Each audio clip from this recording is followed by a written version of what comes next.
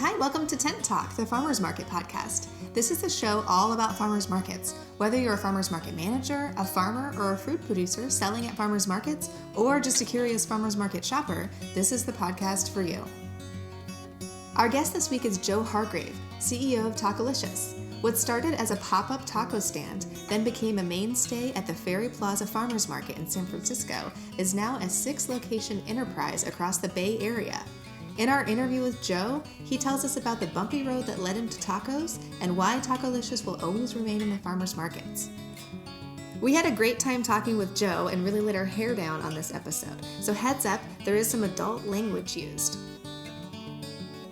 Hey, I'm Bridget Myers. I'm one of your hosts, and I've spent years as an on-site farmers market manager, and I've done it all from pulling permits to social media marketing. I'm another one of your hosts, Justine Marzoni-Mead, farmers market vendor, hot sauce maker, and event facilitator for the Intense Conference. And I'm Kat Fields-White, Director of San Diego Markets, still an active farmers market manager, and founder of Intense Business. Welcome back to Tent Talk. This week we are joined by Joe Hargrave, CEO and founder of Tacolicious. After 15 years of managing front-of-house operations at key San Francisco restaurants and opening his first restaurant, Layola, Joe tossed aside dining formalities like forks for margaritas and tacos. In 2009, he started Tacolicious as a stand at the San Francisco Ferry Plaza Farmers Market, and in 2010, Joe opened the first Tacolicious brick-and-mortar. Today, Joe works as a CEO, overseeing 6 Tacolicious locations in the Bay Area.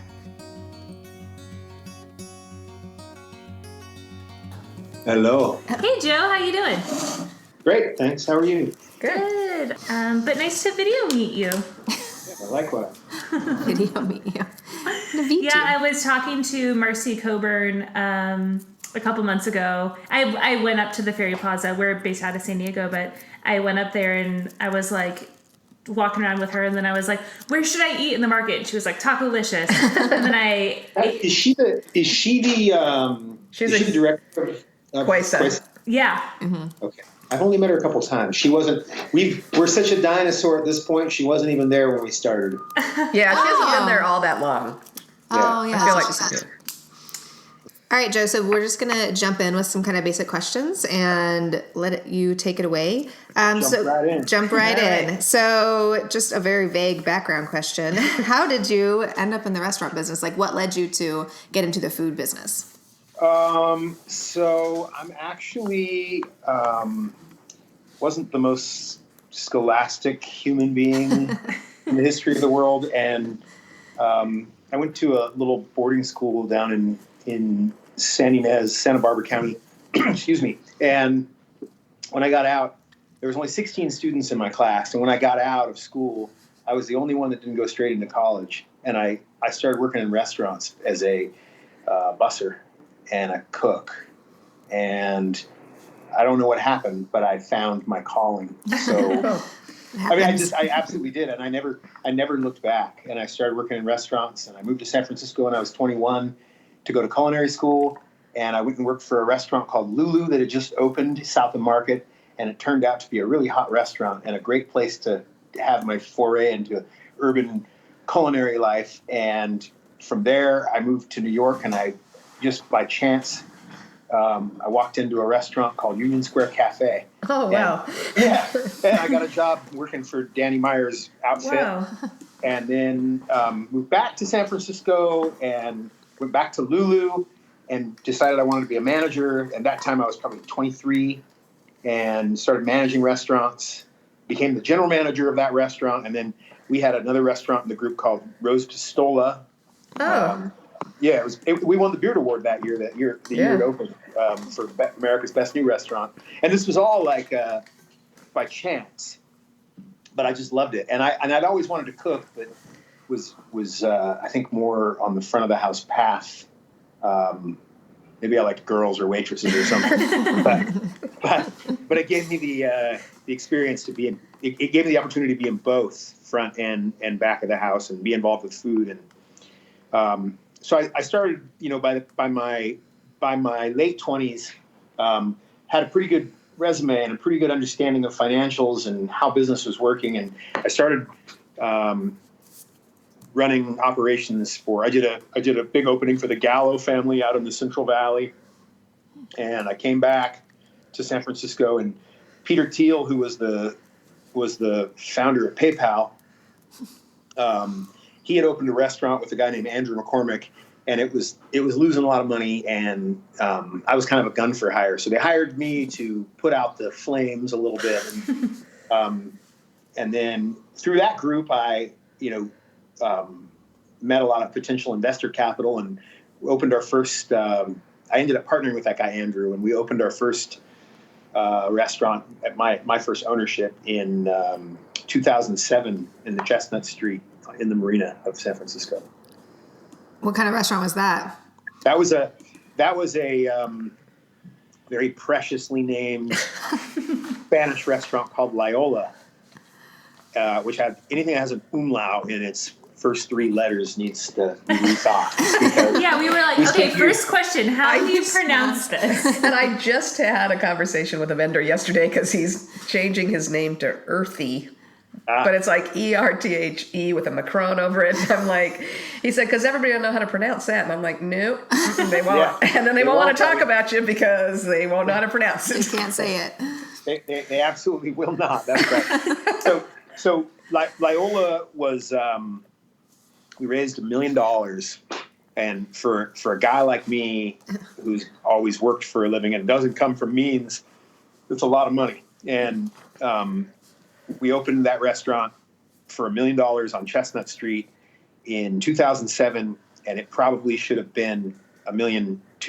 Mm-hmm. And we were undercapitalized from the day we opened, but it was a special restaurant. And actually, it was in the Chronicle's top 10 restaurants of that year, and it got 3 stars, and it was spectacular. Wow. But we were doing heady Spanish food on the middle of Chestnut Street, which is like the opposite clientele you want to be doing heady Spanish food for. Mm-hmm. But I think it lost $20,000 the first month, and I knew we were in big trouble. Oh no! Because we were. Really what do you think? busy. You're a tech firm? Yeah, it was just. It was. I mean, we didn't have any money in the bank, so I was like, "Well, this is going to be a problem." and then it was really busy and it was getting a lot of press, but it was a terrible model. We were a nose to tail butchering program, and everything was like, just idyllic. It was super, super organic. I think we were using like pure olive oil in the fryer and changing it every night. And it was just ridiculous. Wow. Yeah. Special. I want to go eat there. It was great. I actually met my wife there. She was a food writer at the time, and she walked in because she hated the neighborhood and she wanted to hate the restaurant. And she walked in and she was like, "Jesus, this place is amazing." And that's how we met. And so, for better or for worse. Hey, that $1 million was worth it. There you go. Yeah. So what ended up happening was, we were like really broke. And if things couldn't get worse, I'll never forget, because I was having pizza with Sarah about a year after we opened, and I'm watching John McCain put his presidential bid on hold because he wanted to go back to Washington to help fix the economy because the stock market was dropping like 700 points a night. Mm-hmm. And I'm thinking to myself, this is not going to be good for business. This can't be good. And certainly it wasn't. And at that point, so Andrew and I had kind of a come to Jesus moment. And I was like, hey, man, I think I'm going to bounce because this business cannot sustain 2 people. And he said, well, that's kind of ridiculous since you're the restaurant guy and I'm the technology or the finance guy. So he moved back to New York and released his equity in the restaurant because they were worth absolutely nothing. And so what happened was I was left with $1 million in unanswered to investor capital. And I had, at that point in time, $240,000 in vendor debt and a restaurant that dropped about 38% in revenue, like on a dime, like immediately when the economy tanked and everybody, I mean, I was doing like crazy promotions, like pink slip Sundays, newly unemployed friends to dinner, and if you buy one, I'll buy the other. It was bad. It was scary. Show us your bankruptcy filing. Yeah. We'll give you free drinks. Oh. Right. So, but that's how it was going. Yeah. And so what happened was, Cuesa was feeling the same pinch that everybody in the world was feeling, and it was a scary time. And they at the same time, you remember Mission. I know you guys are in New York, right? No, we're in San Diego. Oh, you're in San Diego, but you know New York. You know we know Mission, San Francisco. Mission Chinese, right? Yeah. Yeah. So, but at that time, like, even those guys, it wasn't Mission Chinese, it was Mission Street Food, and they were popping up, and that became the new thing because nobody could afford to do anything. Everybody was popping up places and doing street food, and that was like the big trend. And even Cuesa, they wanted to launch their Thursday market, and they hit me up because, of course, we bought all our expensive produce for our restaurant at their market. And I was on my way to Mexico to celebrate not going out of business, literally. and I was trying to pencil out, they wanted to do a street food inspired concept. And I was like, and they wanted to keep it in that $11 range. And I was trying to figure out how to do that. And, at that point in time, I had let the chef go and the partner was gone. So it was just me, and I was kind of like running this thing, and I don't innately know that food. So I emailed Lulu from Cuesa and asked her if it would be acceptable if I ran a Mexican concept. And she said that's fine and weird, but and I just explained to her that's what I cook. I'm from Central California, and I've been in the Bay Area and traveled throughout Mexico my whole life and spent a ton of time down there as a kid. And so it's my default, it's my go-to. And so we came up with Tacos by Loyola. And I was really excited by it. And I had a friend who I was on the phone with. She worked at Williams-Sonoma at the time, and she was in branding, and she worked down by the Ferry building. And I told her I was going to be there next Thursday. And she said, "What are you doing?" I said, "I'm going to be serving tacos." And she responded back and she said, "Tacolicious," with an exclamation. And so I was like, well, that is just stupid enough to be what we're going to call this thing. So I emailed Cuesa, and I told them the name was Tacolicious. And we showed up at 10 a.m. on July 3rd, 2009. And I was going to make tacos for cool people and hang out in the sun. And I thought it was going to be fun and easy and relaxing. And within 20 minutes, there was a 2-hour line, and it was totally bananas. And I got my ass handed to me because I went out with a 24-inch plancha, and I had some ricotta, I had some spice rubbed carne asada and some chicken and some tortillas that I got from La Palma. This casual, easy thing. I thought we would see 30 or 40 people. We saw hundreds and hundreds and hundreds, and I was trying to cook everything in the minute. And am I rambling? No, we like it. It's interesting. Okay. So I went. You guys are like, I can't see you, and you guys see me. So Does that feel weird? No, we're not passing notes. No. We're farmers market managers and vendors and restaurant people, and we love it. You're singing our song. All right. Well, just tell me to shut up if you. So I went back to the restaurant. I was really frustrated, and I know nobody likes losing, but nobody likes losing when they're creating for somebody, and especially when it's something that you're good at. And it was just, I didn't know how busy we were going to be. I didn't know anything. I didn't know what was going to happen. So I went back to the restaurant. I thought about it. And I remembered being in a taxi with Sarah in Mexico City, and there was a woman, and she had aluminum foil compartment full of tortillas that she had warmed in, and then she had under her arm, she had a clay pot with a wooden spoon, and she was spooning braised meat onto a tortilla and handing to people that were in traffic and charging 10 pesos. And I was like, okay, so they're doing that because they can't cook on the road. They have to make a living. So I thought about it, and I had this brick-and-mortar restaurant space that was doing Spanish food, and it wasn't being used very much because we didn't have much business.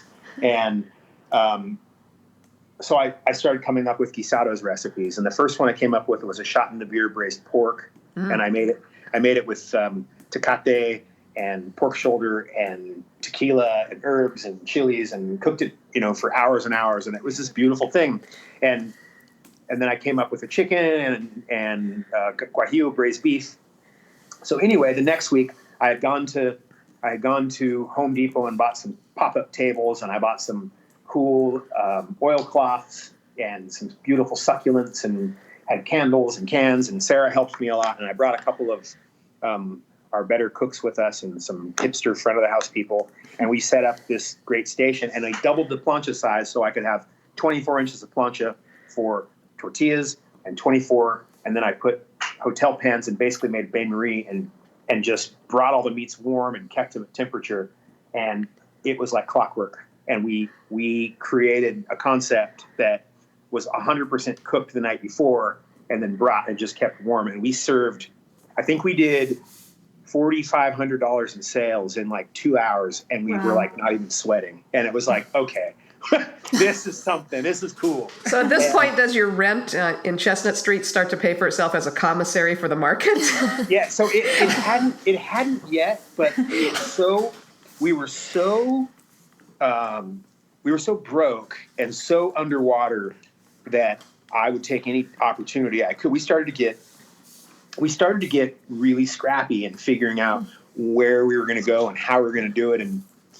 And I started popping up in restaurants and bars, and then people were like Super Bowl parties. And then finally I had this girl named Pam that I knew from Loyola. And she said, it sucks because I can't get to the Ferry building on Thursdays, but I keep hearing from everybody how good your food is. Would you ever think about doing a pop-up in your restaurant? And I was like, fuck, of course not. I would never do that. I've got to protect my less than $1,000 in sales. I don't want to confuse the kind of customers I have. All three of them? Yeah, exactly. So I did it. I did it like a few months later. And the first week was busy. And the second week was bananas. And the third week was like a line out the door. And all of a sudden, Tuesday was better than Thursday and Friday combined. And I'm like, okay, we've tapped into something here. And I'm such a dumbass that I still start thinking of ways I can make Tacolicious its own thing and keep this restaurant I have, right? And the market's doing great, and there's like lines, and we're getting this momentum, and it's getting ink in like all the different local papers and blogs. And I don't know why, but it took me like 4 more months to figure it out. And then finally I'm like, hey, you know what? What if we closed this restaurant and turned it into this other concept? And I went to some of my investors, and they were like, you're going to open a taqueria? We invested in a fancy Spanish restaurant. And it's interesting. Like, I don't want to take a bow for pioneering something, but we didn't copy anybody with this concept. It actually was totally organic.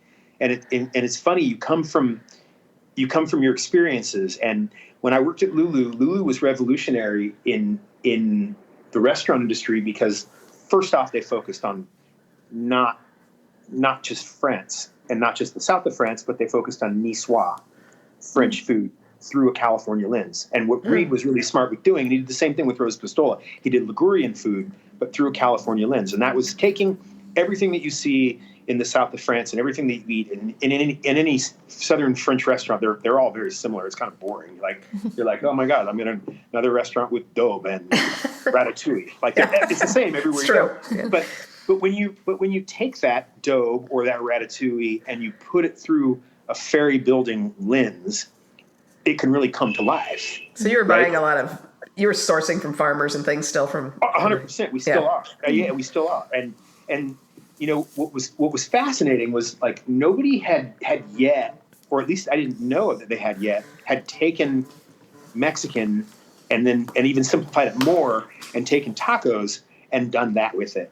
And so our strategy was to come up with a menu of botanas, of really simple, snacky, healthy, clean, fresh, bright light, and super solid drinks that are also colorful and seasonal and just make the place extremely fun, and just make it like easygoing.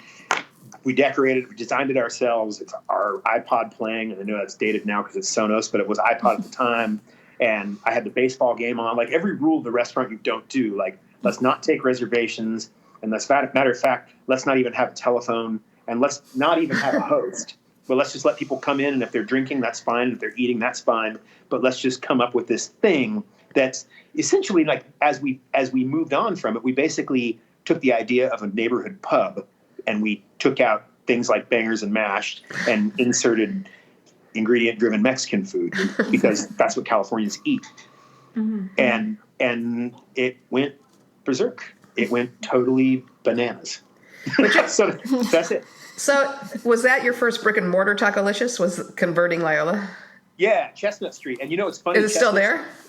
Well, so that landlord's a dick. And all right. And so check this out. I was paying $7,000 a month for rent, and I was barely holding on. I asked him for a break when I was like failing with the Spanish restaurant, and he was like, "Yeah, right, dude."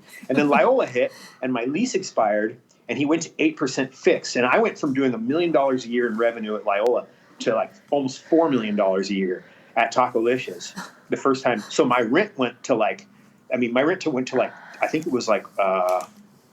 Let's see, quick math on that. Yeah, so $360,000 a year. So, I mean, wow. It was insane.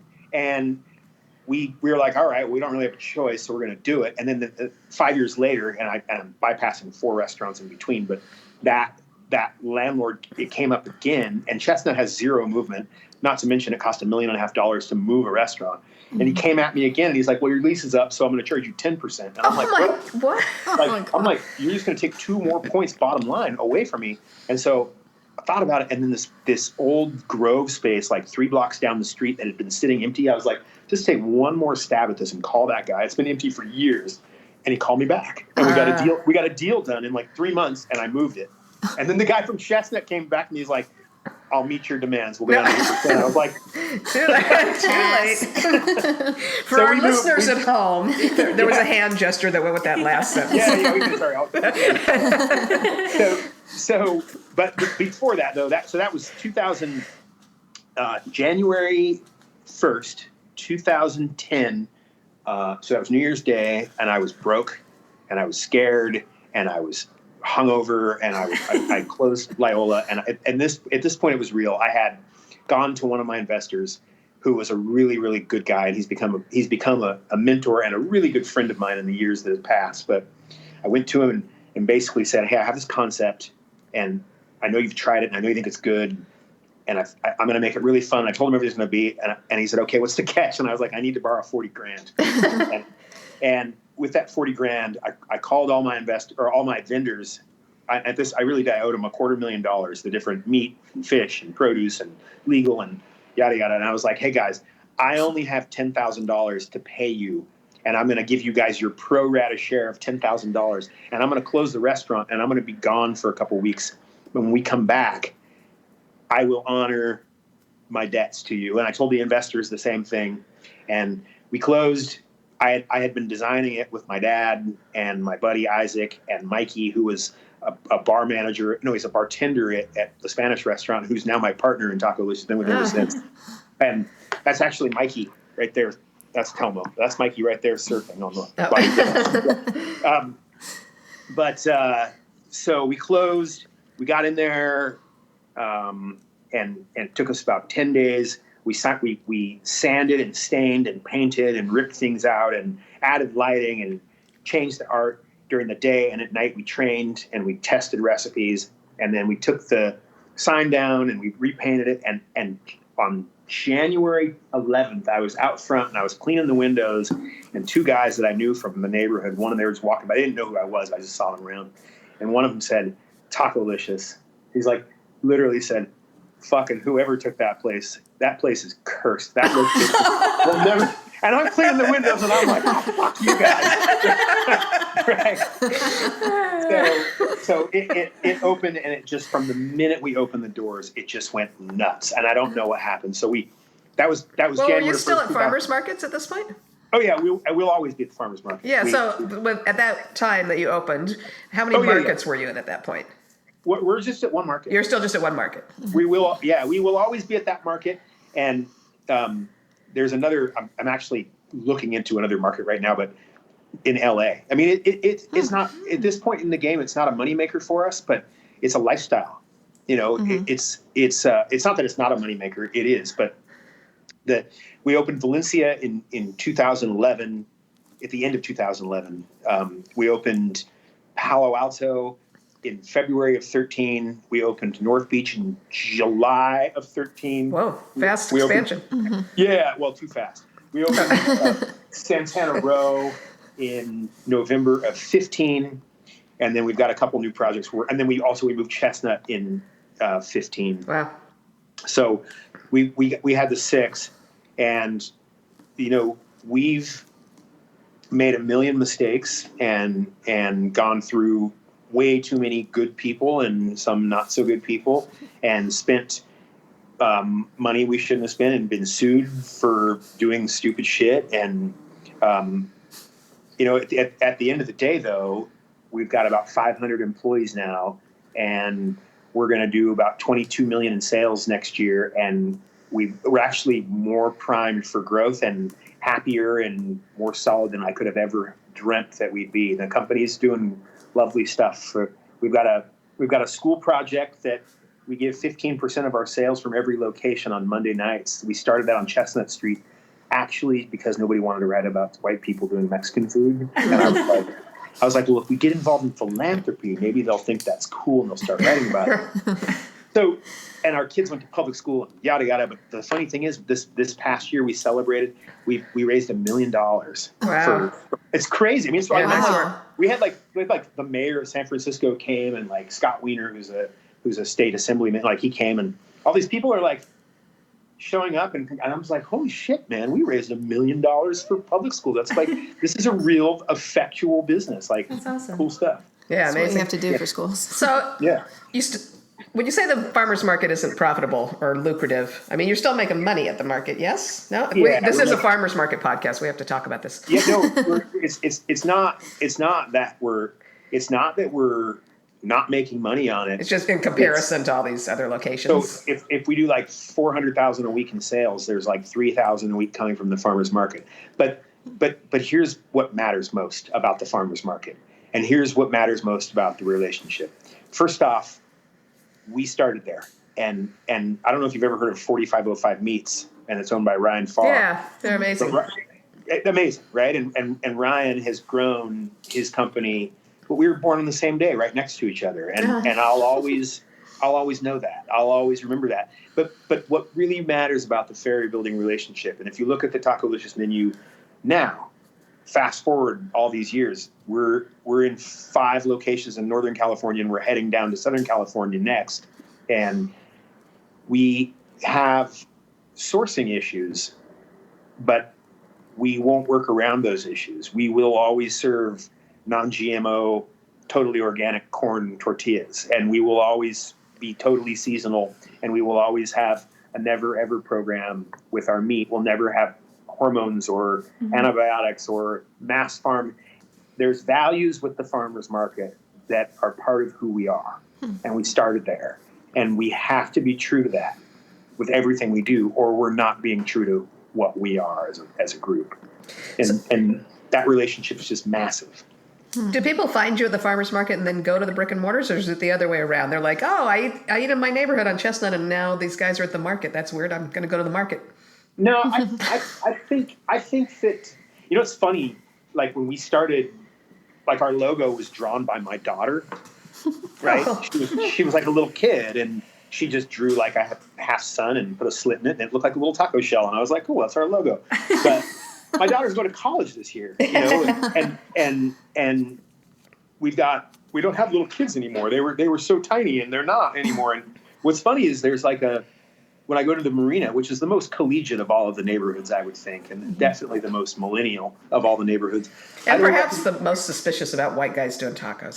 Yeah, that might be the mission. Yeah, you're right. Yeah, but what's funny though is like the OG marina, and the Mission, like the San Franciscans, the ones that are 30 and up, 35 and up, I think they all knew us as a ferry building first. And I think that the 35 and down, 34 and down, they might see us at the ferry building and say, "Oh, no way, I didn't know they were here." So I think it kind of goes both ways, but it's the affiliation, and not to mention, there's something super special about, like, you understand, like, I don't have that car anymore, but I used to love it. I had a Volvo, and I used to go to La Palma in the Mission myself, in my Volvo, and I would buy 2 cases of tortillas, and they were warm and they had just been made, and they were heavy as hell. I probably couldn't lift them now, but I would load them into my car and then go over to Chestnut Street and pick up the food. And I'd get to the ferry building, and there's like that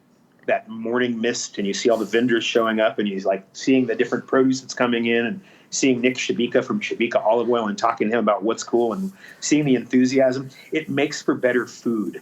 And better. It just does. There's something really soulful about it. And we've incorporated into our training material. Check this out. So we've got 38 salaried managers through the 6 businesses now, and we're growing.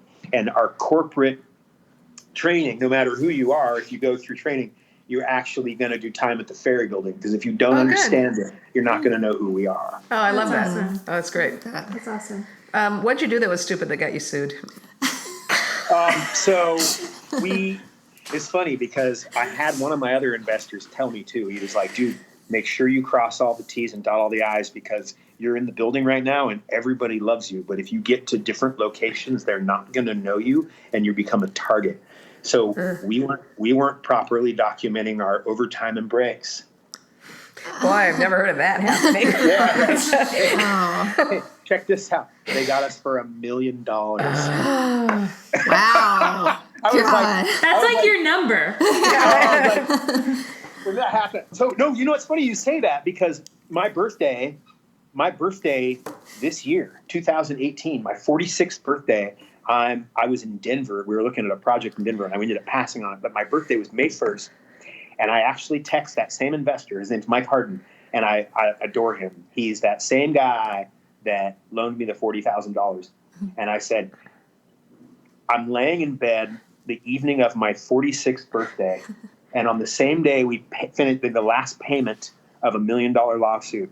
We also crossed the $1 million line on our Tacolicious school project." I'm like, 2 things that I never thought would happen to me. Right? Well, it talks about peaks and valleys.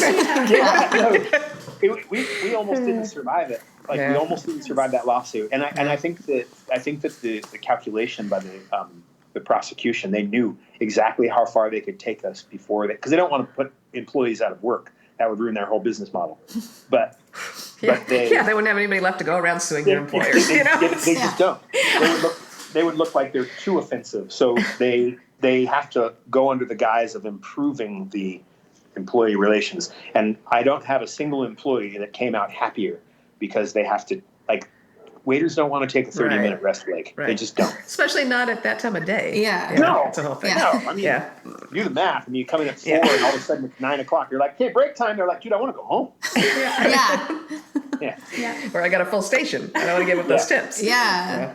We're a better company for it. That's right. Hey, Joe, as somebody who is a farmer's market vendor, I know that you kind of did brick-and-mortar simultaneous to farmer's market vendor, but do you have any advice for somebody who's been working at the farmer's market, their vendor that is using the farmer's market kind of as a launching pad to maybe one day opening up a location? Do you have any advice for those types of vendors? Yeah. You know what's interesting? That's a great question, because I went at the first concept, my Spanish restaurant. And you got to understand, I was as a GM, I was really successful working for other people, and you have that confidence that you're bulletproof. Mm-hmm. And so when I opened my restaurant, I didn't open it for me. I opened it for them. I was like esoteric Spanish wines, and really it was heady food that really impressed the hell out of us making it. But I don't know if anybody it resonated. Food critics liked it, but outside of that, my dad didn't want to eat it. That's kind of so what was interesting about incubating the Tacolicious concept was I needed to look in the mirror. At that point, I think I was probably 37 years old, and I needed to look in the mirror and really think about who I am as a person and what matters to me and what can I stand behind and believe in. And then when I go to the farmer's market, really be engaged with my customer. And that was the point in time in my life when Yelp no longer scared me, where I could actually say, you know what, they're not wrong, but maybe I can actually read what they're saying. Like we had our margarita glasses in 10-ounce glassware, and we turned it into 12-ounce glassware because we saw 3 times in 1 week that they were complaining that our margaritas were too small. And I was like, shit, well, that's an easy fix. And we never heard it again after that. and then taking that to the Ferry building, I think the most important thing when you're incubating is that you let people know that you're incubating and you want their feedback, and also to not be greedy. Like, hey, I'm trying this new potato chorizo taco. I'm saying this because I actually had this conversation. I'm trying this new potato chorizo taco. We're experimenting with the chorizo recipe. We're not 100% sure. What do you think? And if the person gives you, yeah, it's fine. Dig. Ask questions, and don't be afraid to give everything away for free while you're learning. Don't be afraid to, because those are such small investments to have customers for life, to just engage them and let them try things for free. I went to Super Duper. Do you guys have Super Duper down there yet? No. It's a burger thing that happened here, and it's no big deal, but I was in the financial district yesterday and I was starving, and there it was. And I went in, and it's owned by a successful restaurateur up here. And I'm like, holy shit, man, this is just fast food. And then I looked around, and sure enough, the manager's walking around passing out samples of some bullshit dessert they're working on. And I was like, even in a fast food restaurant, though, the guy gets it. And it's just, I didn't eat it because I was feeling gross already. But that customer service goes so far. Yeah. And it's not about putting your hands behind your back and wearing a suit and pouring somebody some Chateauneuf du Pape into a crystal wine glass, but although that's not a bad thing either. Engaging your customers. And I think at a farmer's market, that's also so crucial, just to really engage and mandatory feedback from people. Like don't let them think it's going to be free, but engage and also experiment. Yeah. Yeah. Yeah. Great answer. Yeah. Great answer. Good way to transition. Go ahead, ask me a question and challenge me to a 20-word answer. Well, I can put money on that one. He's not going to make it. No, it's great. I love. We've had a couple guests recently where we have all the. You saw. I sent you the script. We have all these questions, and we're just checking things off. We don't need to ask. They've already answered that one. They've answered that one. That's good. That's perfect. We hear. I read through it last night. I'm like, oh, this is my wheelhouse. Let's go. I can do this. All right. Just save us the breath. Go for it. Cool. Okay. Well, do you want to go to question of the day? Because Okay, We're gonna wrap it up. I think you've told us your story. This might Thank be you so much. Yeah, let's see if you can do a 20-word answer to this. So our question for the week this week is, what's your favorite taco? And then also, what I was just thinking is or what's your best taco memory? Because we're all Southern California gals here now, but I grew up in Arizona, so just my whole life is kind of centered around tacos. So as I was thinking of my favorite taco, that just kind of came to mind all these nice memories. So cool. Yeah. All right. Yeah. Well, So can I give you 2, or is this sure? Yeah. Is written this time? No, go for it. Okay. So there's 2 things. One is in 1976, I was 4. Do the math on that one.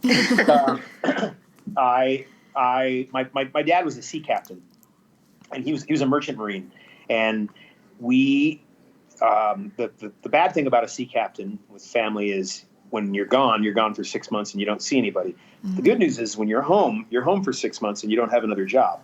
And my dad was a surfer from Southern California. My parents met in Playa del Rey. And then after Maritime Academy, he was in Long Beach. And after Long Beach, he moved to the Bay Area.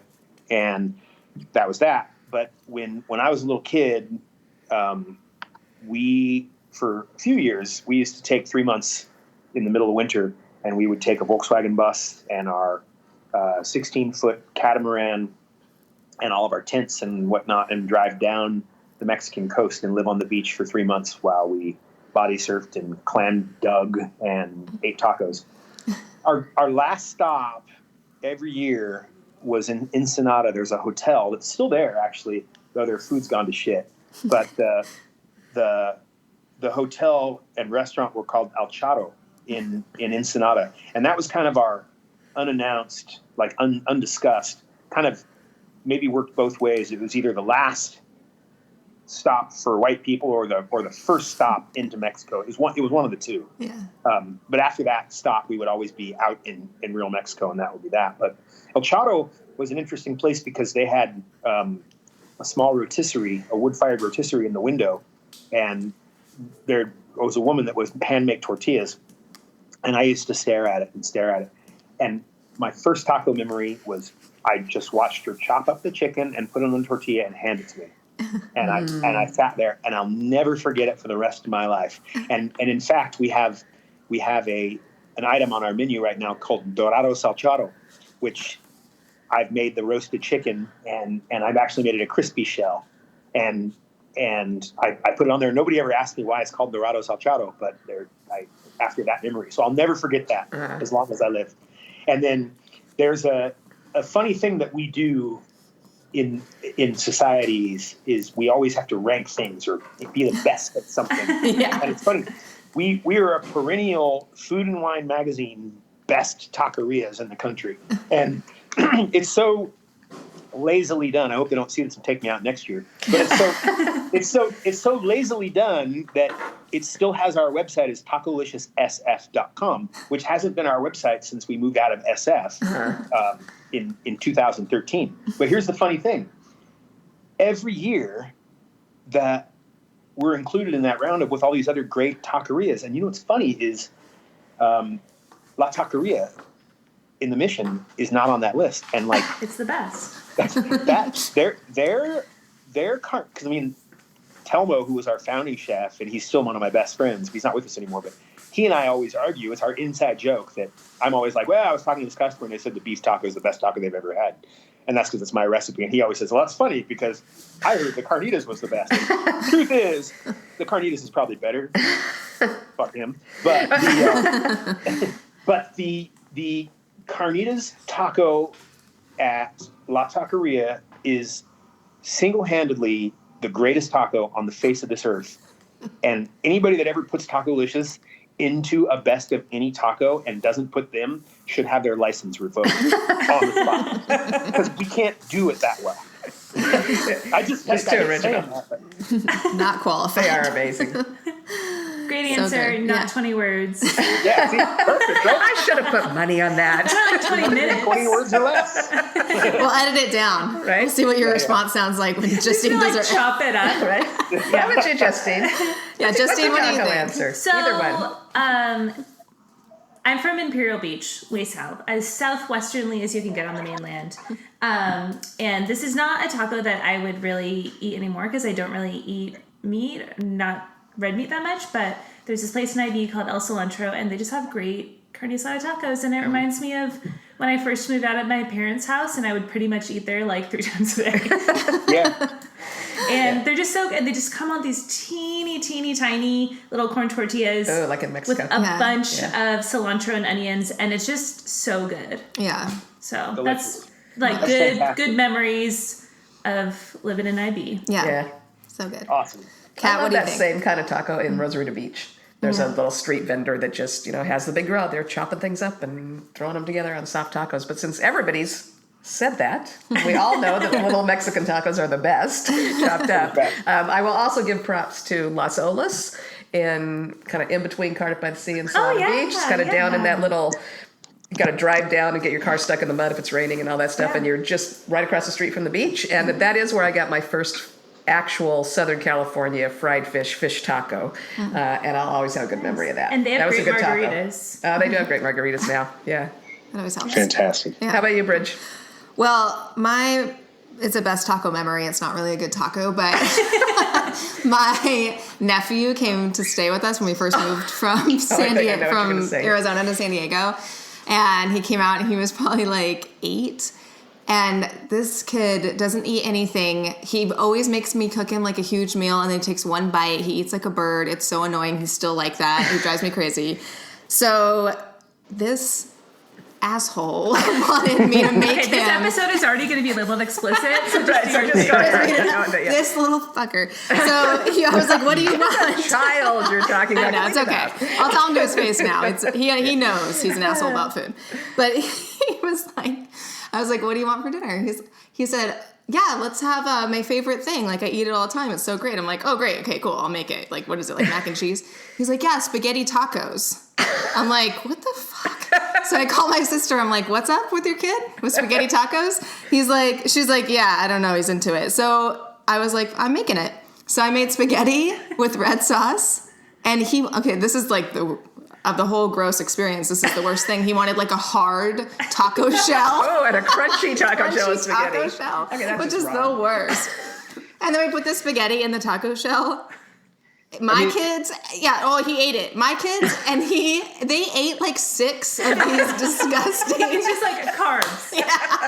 Carb on it sounds carb. textural and kind of interesting. I mean, I did eat one, and it was kind of fun. Of course. But I felt really weird about it. Yeah. But anyways, it's really weird. But we just, that's our fun like taco memory. I don't know. That's awesome. But it's like a thing. We always are like, oh yeah, it's like a funny story. And then when we go to Mexican restaurants, we're like, do you have spaghetti tacos? It's like a joke. Well, I mean, it is a combination of 2 really good things. Yeah. Sometimes that works. Yeah. And sometimes you're like, no. No, those are both good. Yeah, it's just so funny. Okay, but I feel like I should say like a tasty taco that I have. I'm not to promote my own business, but at the markets we have a vendor called Fave Tacos, and she sources locally, and all of her food's really delicious, and she has like a grilled cauliflower taco. And she does some good veggie tacos. Yeah, veggie tacos. Squash. And she serves them out of like really nice like Le Creuset. Exactly. Oh yeah. Like just her plating is like, it looks like really beautiful. For a taco, yeah. Awesome. But it's so good. Fave Tacos.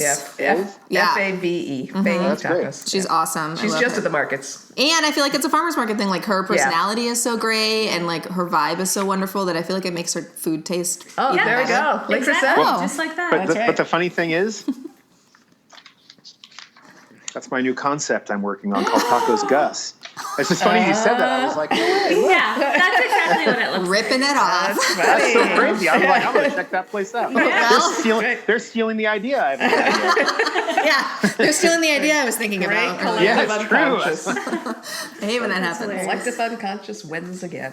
Yeah, that's right. I hate to shut down this party, but Joe, we have another interview to do. But thank you so much for coming on Tent Talk. It was a pleasure to speak with you, and I can't wait for you guys to come down to Southern California. Yeah, make it down to San Diego. I hope so. I hope so someday. Ladies, thanks a lot. Have a great Christmas. Thanks, you too. Happy holidays. Bye. Take care.